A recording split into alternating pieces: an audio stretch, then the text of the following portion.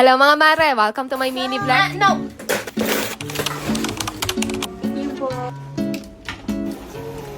Magandang araw mga mare, another day, another walang katapusang nanay duties na naman nga ulit tayo. Kaya tara at samahan nyo muna ulit kami sa isang panibagong araw. Talaga naman nga mapapailing ka na lang kapag nga ganitong itinaktak na naman ng anak mo lahat ng mga laruan niya. Kasi dagdag niya pa rin nga itong aso naming negra na parang ang pang-apat ko na ring anak na talaga namang napakapasaway din talaga.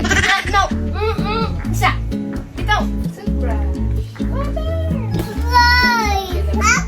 Apple! Apple! Eto anak, anong number to? 3. Eto, anong shape to?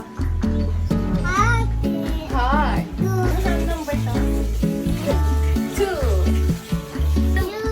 Love shoes. Pakita mo yung whale.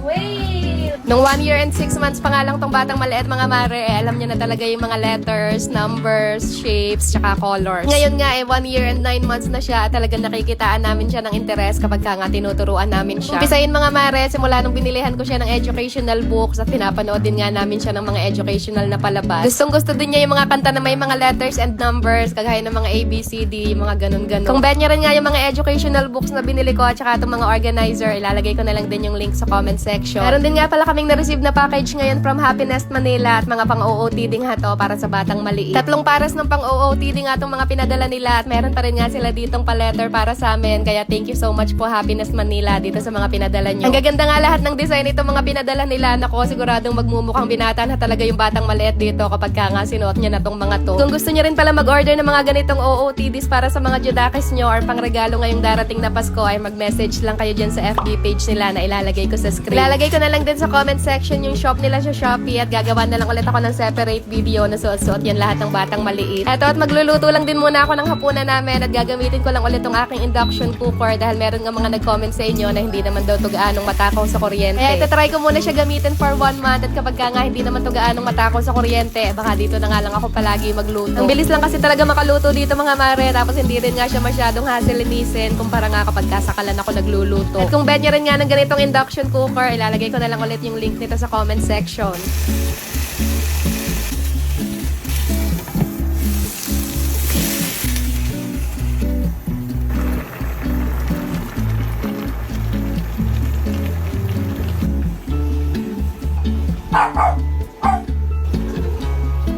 Pakbet nga pala tong niluto ko ngayon mga mare at hinarot ko lang din muna saglit yung batang maliit bago nga ako maghain.